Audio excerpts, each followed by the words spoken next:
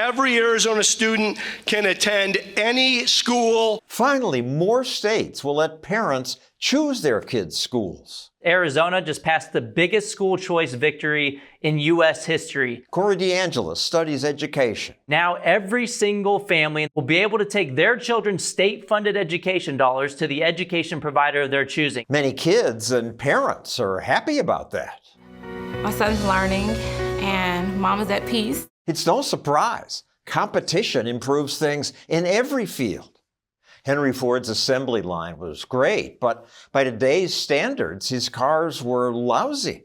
That's because every year car makers design better cars. Competition forces them to innovate. But American education has barely changed since the days of Henry Ford. Kids still sit in a room watching a teacher at a blackboard, and then they do worksheets. Still, the education establishment says, we don't need competition. Our neighborhood schools, I believe, truly have what every child needs. But they don't. I once debated this union boss. Unionized monopolies like yours fail. Those folks who want to say this all the time, they don't really care about kids. Randy Weingarten didn't like my TV special on education. She had her union members protest outside my office. Who are we? The UFC! I came out to hear their criticism, and Weingarten said I was ignorant. So just teach for a week. That, she said, would educate me.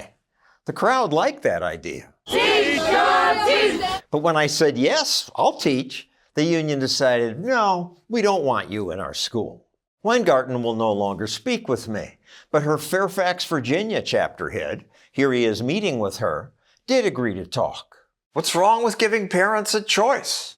The best outcome for all students is going to be for the public education system to be as strong as possible. Parental choice, he says, would duplicate bureaucracy. Once you start setting up other systems, that same bureaucracy is then going to exist multiple times. Wait, maybe there would be less bureaucracy. His school spends $300,000 per classroom. His teachers don't get paid that much. The money disappears into the bureaucracy. At least choice lets people develop alternatives to you. Any ideas you have for lowering bureaucracy, you're not going to hear any disagreement from the teachers union. Okay, here's one idea. Get rid of your endless rules that protect every teacher's job. It's almost impossible to fire a teacher in Fairfax County. Coming as a union leader, this might be surprising, but those teachers that aren't, up to snuff, they should be let go. But they aren't, because union rules make it so hard. A few years ago, one of Walrod's schools called this teacher incompetent. The school spent more than $70,000 on lawyers trying to fire her, but the bureaucracy wouldn't allow it. School choice would let parents escape such badly managed schools. Why not trust the parents to decide what's best for their kids? What you're doing is you're incentivizing a lack of collaboration. If I'm competing directly against you, then I have a vested interest in doing better than you. But isn't that good?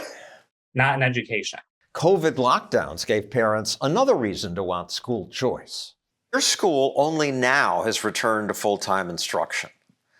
Catholic schools, private schools, let kids in way ahead of you.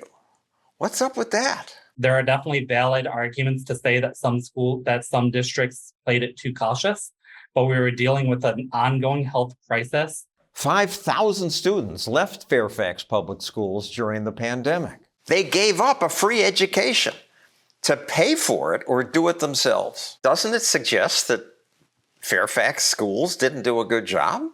No, they were trying to follow CDC guidelines.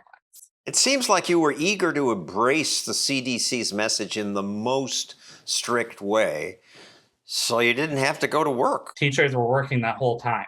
Online teaching was harder than in-person teaching.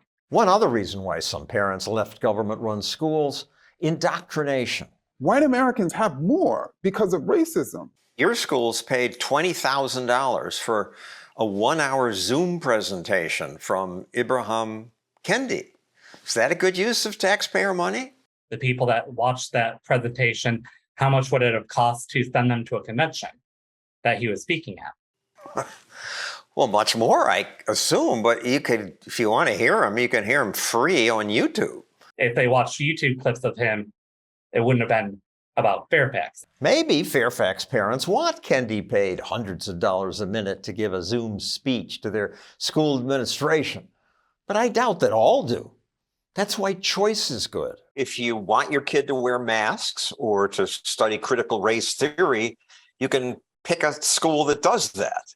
Yeah, absolutely. Allow families to take their children to institutions that best align with their values. That's the only way forward, with freedom as opposed to force. And what about the most important thing? Learning. Public schools have consistently outperformed charter schools. How so? Where's the evidence for that? You can look in educational policy journals and you're going to see some of that stuff.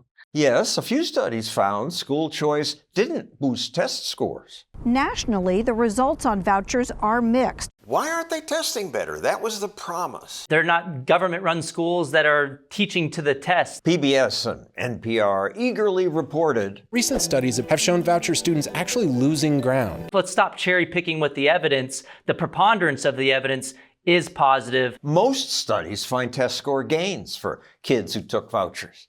And there was a surprise extra benefit. Some government schools improved. Public schools actually upped their game in response to competition. In D.C., after school choice was allowed, everyone tried harder, and both charter and government schools improved.